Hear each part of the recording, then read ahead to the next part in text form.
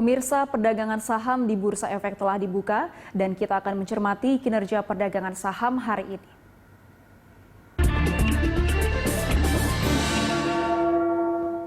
Ya, dan untuk mengetahui pergerakan saham hari ini, kita bergabung bersama CEO PT Elkoran Vidi Indonesia Investama, Pak Fendi Susianto. Selamat pagi, Pak Fendi. Ya, Pak Fendi, selamat pagi. Selamat pagi. Ya. Baik, terima kasih masih bersama kami Pak Fendi. Pak Fendi, baru saja tadi kita saksikan pembukaan perdagangan IHSG menguat tipis 0,02% dan di menit-menit pertama perdagangan tadi sempat bergerak fluktuatif. Ini apakah bisa menembus level 6.100 Pak untuk perdagangan IHSG hari ini? Ya, saya melihat masih sangat memungkinkan ya. Ketika kemudian indeks sudah cukup bagus, berhasil bertahan di atas level 6.050 ya. Sebagai support baru yang pada pekan kemarin menjadi resisten baru yang pada pekan kemarin menjadi support level.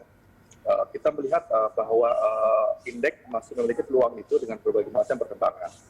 Salah satunya adalah bagaimana kita melihat proyeksi pertumbuhan ekonomi kuartal 2 yang menurut saya on track ya, cukup bagus, akan tumbuh cukup tinggi antara 6,5 hingga 7,5%. Kemudian juga kita lihat cadangan devisa kita relatif sudah kuat ya, bahkan bisa untuk 10 bulan impor ya, di kisaran 138,8 miliar US dollar.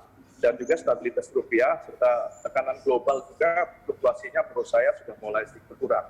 Sehingga ini memungkinkan besar indeks tembus 6.100 ya, hopefully pada pekan ini ataupun pekan depan.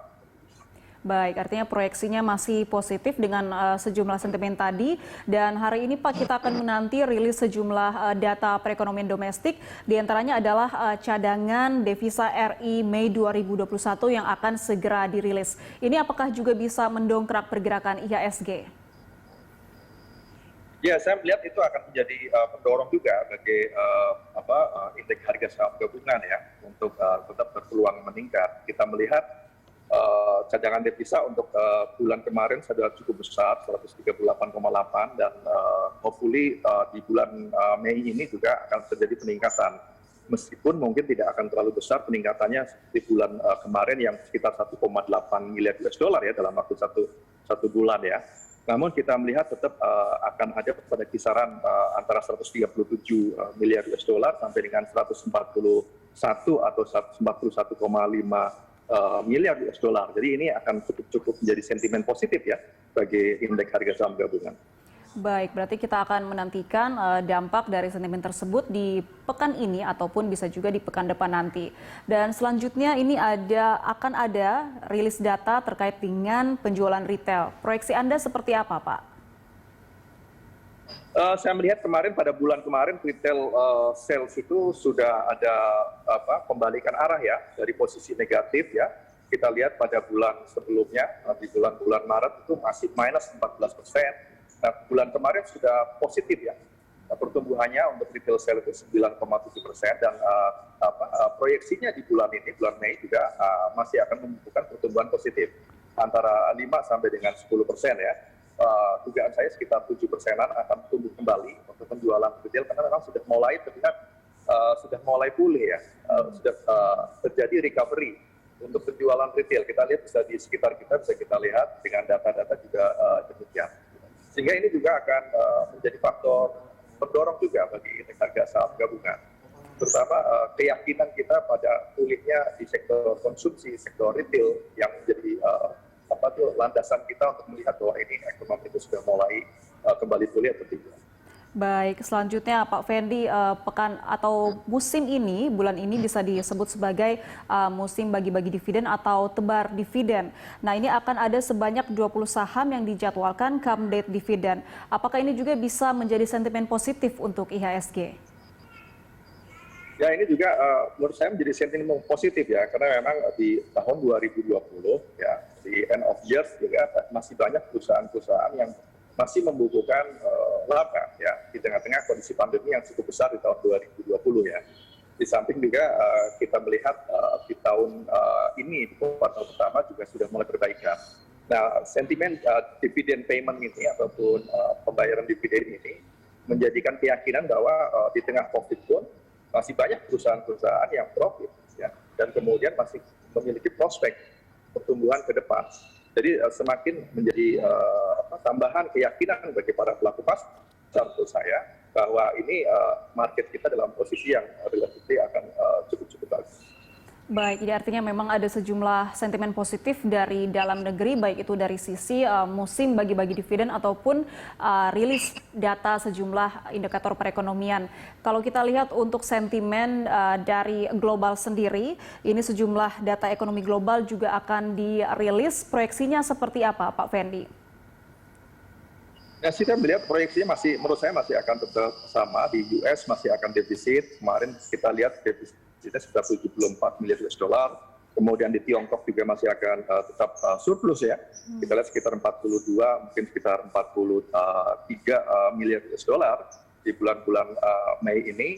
Dan kita melihat bahwa mereka semuanya tetap bertumbuh ya, ataupun terjadi perbaikan untuk defisitnya. Artinya ini sudah menjadi signal dua negara itu mencerminkan bahwa ada lawan ya. Amerika terlihat defisit, kemudian di China atau Tiongkok itu mengalami surplus yang getting better ya. Jadi ini juga menunjukkan bahwa market di seluruh dunia, tidak hanya equity market, juga akan berpengaruh positif terhadap pertumbuhan ekonomi atau aktivitas ekonomi di global sendiri. Baik, proyeksi masih positif dan juga diprediksikan akan mendongkrak pergerakan saham IHSG di pasar modal. Dan selanjutnya kita lihat untuk belakangan ini isu tapering semakin menguat, Pak. Ini bagaimana sentimennya terhadap pergerakan saham? Ya, isu tapering memang sedikit mengalami penguatan ya. Setelah Central Bank di Philadelphia itu mengusulkan itu ya, Amerika sendiri. Tapi kalau kita lihat Amerika juga akan lebih sangat berhati-hati ya, cermati perkembangan tenaga kerja di sana, pertumbuhan ekonominya di sana, apakah sudah on track. Kemudian juga kita melihat beberapa indikator negara-negara lain juga yang akan menjadi penyokong semua itu ya. Jadi kita melihat ini masih wacana, tapi kita harus antisipasi saja, seperti yang terjadi tahun 2013 yang lalu ya. Memang kalau taper tantrum itu ada potensi juga akan menyedot fund ataupun dana dari emerging market. Tapi kalau kita well prepare menurut saya tidak akan terlalu besar ya, seperti kekhawatiran yang terjadi pada tahun 2013. Apalagi kita melihat indikator-indikator ekonomi emerging country termasuk Indonesia juga improving juga. Ya, jadi artinya di sini saya melihat tidak akan terlalu besar ya dampaknya. Efek kejutnya mungkin tidak akan terlalu besar terhadap rupiah, terhadap cadangan kita maupun terhadap IHSG. Baik, selanjutnya Pak Fendi, proyeksi Anda untuk pertumbuhan ekonomi di kuartal kedua tahun ini seperti apa? Lalu ekspektasi pasar juga seperti apa terkait dengan proyeksi ekonomi di kuartal kedua? Kalau saya memproyeksikan bahwa akan tumbuh ya, akan tumbuh positif ya, antara 6,5 hingga 7,5% ya untuk kuartal kedua. Namun kita melihat beberapa faktor yang mendukungnya adalah seperti misalnya konsumsi ya, kemudian belanja pemerintah, dan juga kita melihat mulai muncul berbagai macam aktivitas bisnis yang menunjukkan adanya recovery ya, pasca kemudian juga ada lebaran di bulan-bulan Mei ya, dan aktivitasnya sudah mulai kembali lagi, jualan retail dan lain sebagainya. Menurut saya sudah mulai terjadi pertumbuhan positif, apalagi kita lihat PMI kita dalam posisi yang sudah dalam posisi ekspansi di 53,3%-an, itu menunjukkan bahwa kita sudah mulai bisa yakin lah bahwa kuartal kedua itu akan tumbuh positif setelah kuartal pertama kemarin mengalami negatif growth. Baik, Pak Fendi, ini yang terlihat hingga saat ini sejak pembukaan perdagangan tadi pukul 9, IHSG masih bergerak sangat fluktuatif. Proyeksi Anda untuk posisi support dan resistance IHSG hari ini di mana, Pak?